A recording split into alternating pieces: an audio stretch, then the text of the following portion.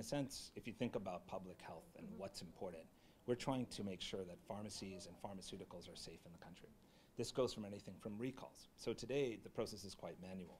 They'll put an announcement on a Facebook page or Twitter, sometimes in the newspapers. Maybe pharmacists don't read it, don't see it. And there is a gap that occurs between the time a medicine is recalled and the time a pharmacist knows to pull it off the shelf, so it doesn't go to a patient. So what if you could have a real-time system to do that? Just like somebody likes your Facebook photo, you can get a recall notification from the FDA saying that this is done. And this will save lives, because people will know now, not days from now, not a week from now, not never, right? And so this is really just one instance of what it is. The other thing it helps us to understand is really things like counterfeit, making sure that the supply chain is clean and safe for Filipinos nationwide. We have the ability now to detect where counterfeits are being distributed in the pharmaceutical supply chain and ensure that these are stamped out. Participated. So we piloted across Metro Manila with the FDA.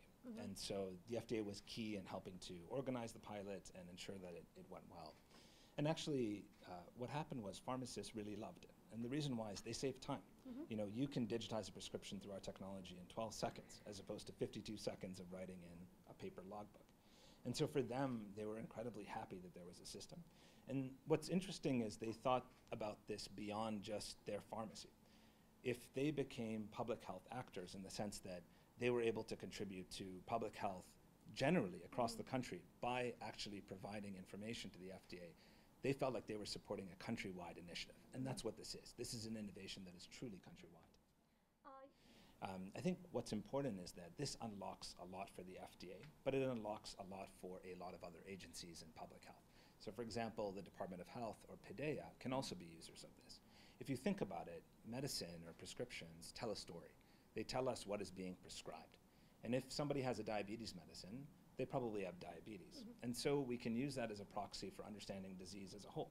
Today, the Philippines lacks a national data set for information for healthcare. So what if you could take 10,000 pharmacies, all of who are now providing this information centrally? We start to be able to understand what is going on in areas like tuberculosis or antimicrobial resistance or chronic diseases. And we are able to forecast that going forward. For us, we believe that this will rapidly advance public health in the country in a matter of months, not decades. And that's what's truly innovative about what is happening.